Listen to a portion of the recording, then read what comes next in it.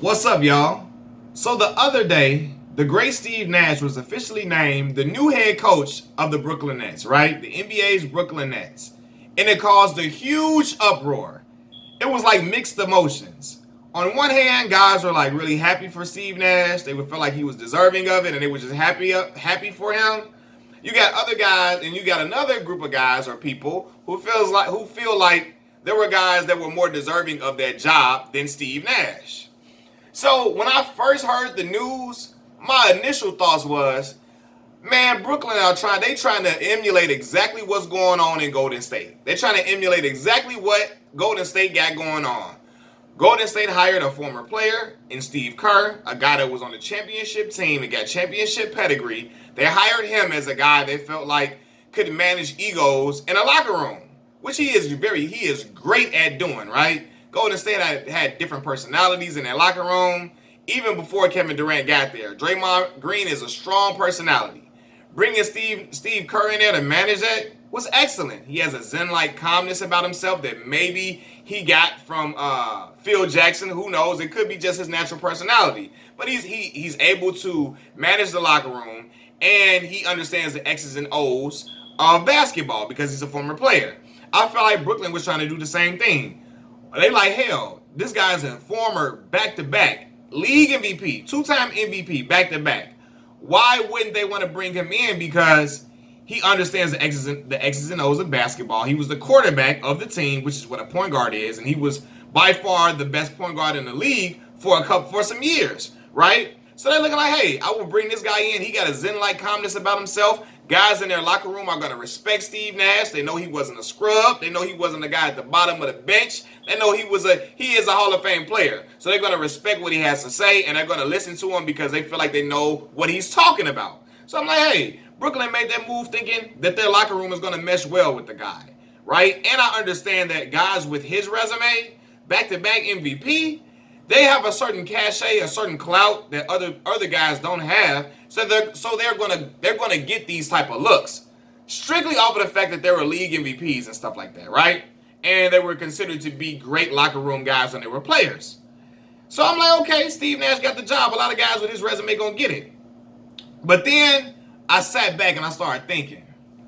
I said, man, Steve Nash ain't never coached on any level in the NBA. I mean, not even NBA. He never coached on any level at all. He never coached basketball on any level. Any level. I'm talking about not middle school, not elementary, not high school, not college, no, not NBA, nothing. His only position before this was like a player development coach in Golden State. And who the hell would he be developing in Golden State? Kevon Looney? Draymond Green? He damn sure not developing those guards.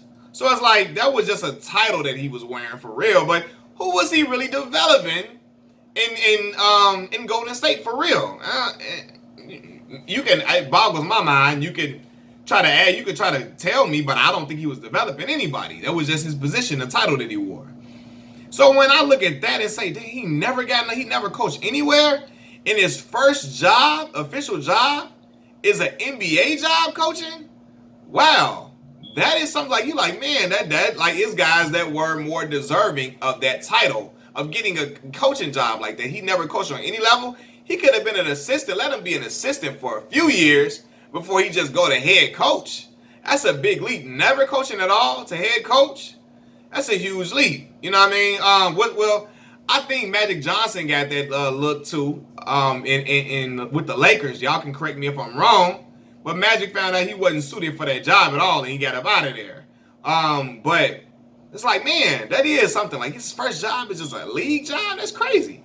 And some people probably would understand it more if it was a team that he played for, like the Phoenix Suns gave him the look. But I think he's friends with Marks or whatever in Brooklyn, so he got that look.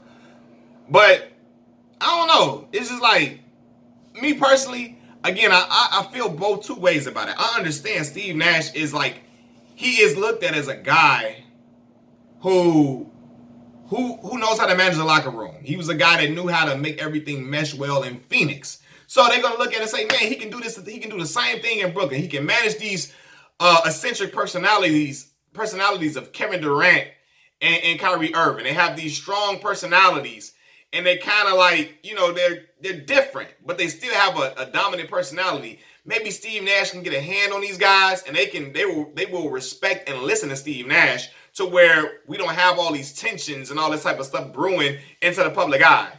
So I was like, okay, cool. But then I'm looking like, man, he never coached nowhere. So, and then it's like, okay, if he would have got a job, if he get a head coaching job, I would have been like, I guess I would be kind of like, well, more understanding if he would have got a coaching my Chicago Bulls or something like that, a look like that, rather than he got the job, the ultimate job, like the job where he is coaching Kevin Durant and Kyrie Irving, where it's solidified. He's going to do well in that position.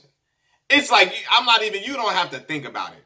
They're going to make the playoffs. They're going to make a run in the playoffs for sure. Like, that's what happens when you got perennial all-stars on your team, certified weapons on your squad. It's going to happen when you got those type of guys in your squad. So it's like he got the job. And I feel like there are guys who are more deserving of that position. Guys who have been coaching for a long time, they've been paying their dues, being an assistant coach for years, or guys who are former coaches who may have gotten let go and are trying to work their way back up in the ranks, doing an assistant coaching job. So it's like, there are guys who were more deserving of that position itself. That job there, and that Brooklyn job, that is a profound job, because a guy that gets that position, that job is going to he's going to skyrocket after that. He's going to skyrocket to the moon after he does well in that position. Because you don't got to coach Kevin Durant and Kyrie for real. I'm going to be like, look, I can go in there and be the coach, and Brooklyn going to do well. They're going to do well because you got those two guys on the squad. They're going to do well, man. They're going to they're going to excel. And Steve is going to excel, and he's going to be looked at as like, hey, the new it coach. And I think there are some guys, and I'm happy that Steve is getting him a job and getting him a role he's getting a head coaching job. While I'm happy that Steve is beginning his career, that his career coaching, there are guys who I believe are more deserving of that look, man. Guys who have put in the groundwork for years to get a job like that, right? Nate McMillan got let go. Dwayne Casey got let go a few years after being coach of the year. Same year he's coach of the year. He got let go. Same year. I believe that there are guys, and I feel bad for Jock Vaughn, because Jock took over the position. Now Jock got to go slide right back to being assistant. And you say, hey, you did good. Slide right back over there, right there. Let Steve come in and take over. So I understand. It's like other coaches that have been around for a while that deserve that look. But at the same time, I understand too, it's like Steve Nash he has a certain clout that's going to get him certain things that other guys can't get. Like, I'm going to be real. If LeBron would have retired today, I understand that LeBron is going to get certain coaching offers that other guys are not going to get because he's LeBron James. His name hold weight. You know what I mean? Like, if Michael Jordan wanted to come out and coach today, people are going to let Michael Jordan coach, even though he ain't never coached on no level. They're going to give it to him. You know what I mean? Now, of course, he's been a GM and an owner and all of that. But if he wanted to coach, like if he had no ties with Charlotte and he was just sitting around, just sitting around chilling, if he said he wanted to coach, people are going to give him that position because he's the great Michael Jeffrey Jordan. So I understand it where it's like, okay, he's going to get the look because of what his resume says. But at the same time, it's like it's other guys that have been waiting to get a job like that for years, and they won't ever be able to get it. But Nash going to get it, and he's going to do well. He's in a position where he's getting the job where it's really kind of like, I know it's easier said than done, but I feel like the positions, that job is like it's much easier job than coaching the Chicago Bulls, than coaching the Indiana Pacers. It's a much easier job than coaching the Sacramento Kings. It's a much easier job than coaching the Charlotte Hornets. Like, let's be for real, man. It's a much easier job coaching those guys. Coaching Kyrie and Kevin Durant than coaching those other teams. So he's getting the premier job. And it's like, man, it's guys that have been laying the groundwork for years is never going to get that look. And Steve going to get that look, and probably he going to stay there, but he going to go into another prominent position.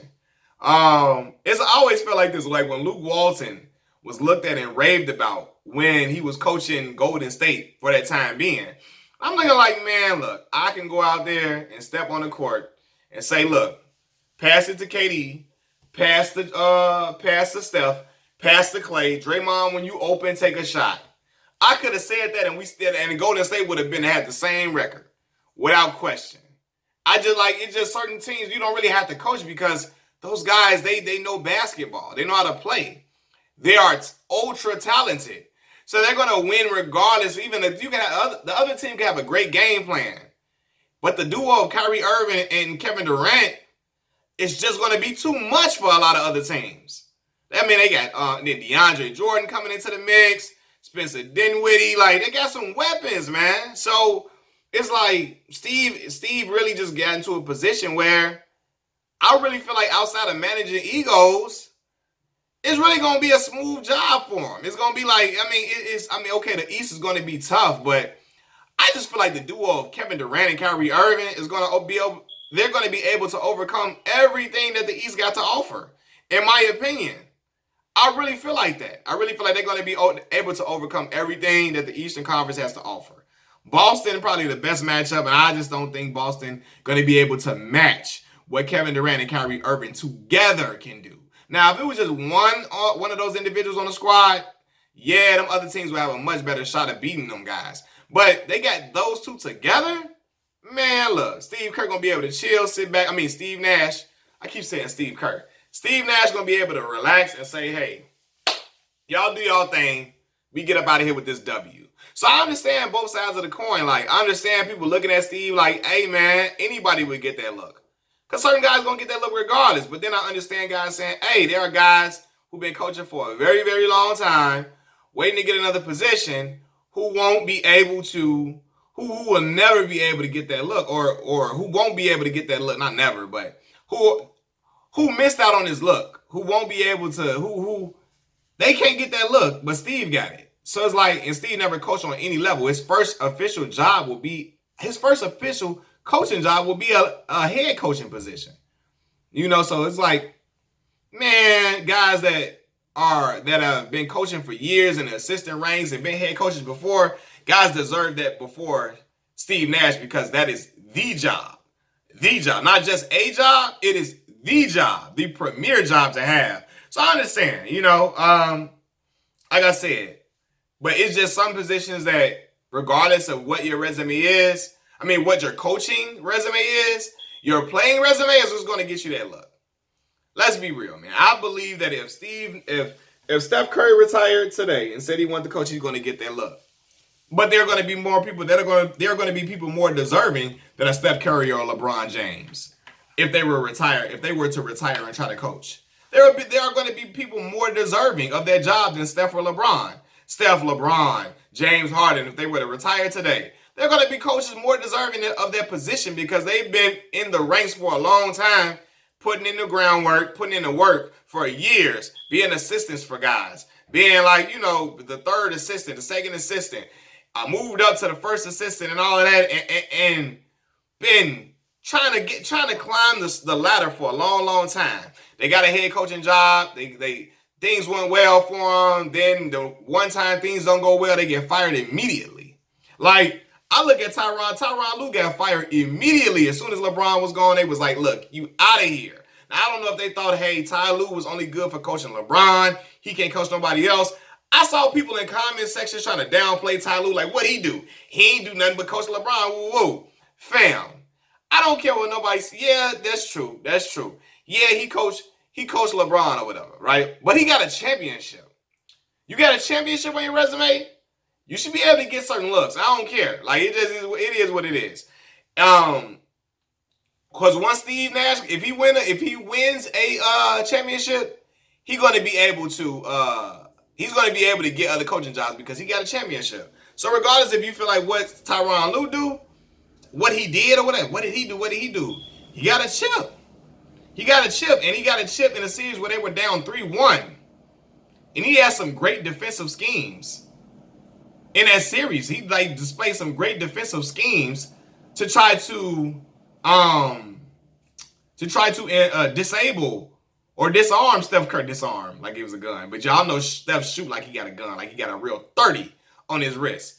They were able to disrupt Steph and Clay with their defensive schemes. So I mean, with Tyronn Lue's defensive scheme. So he should get recognition for that. No, I don't like when people try to play him like he ain't nothing.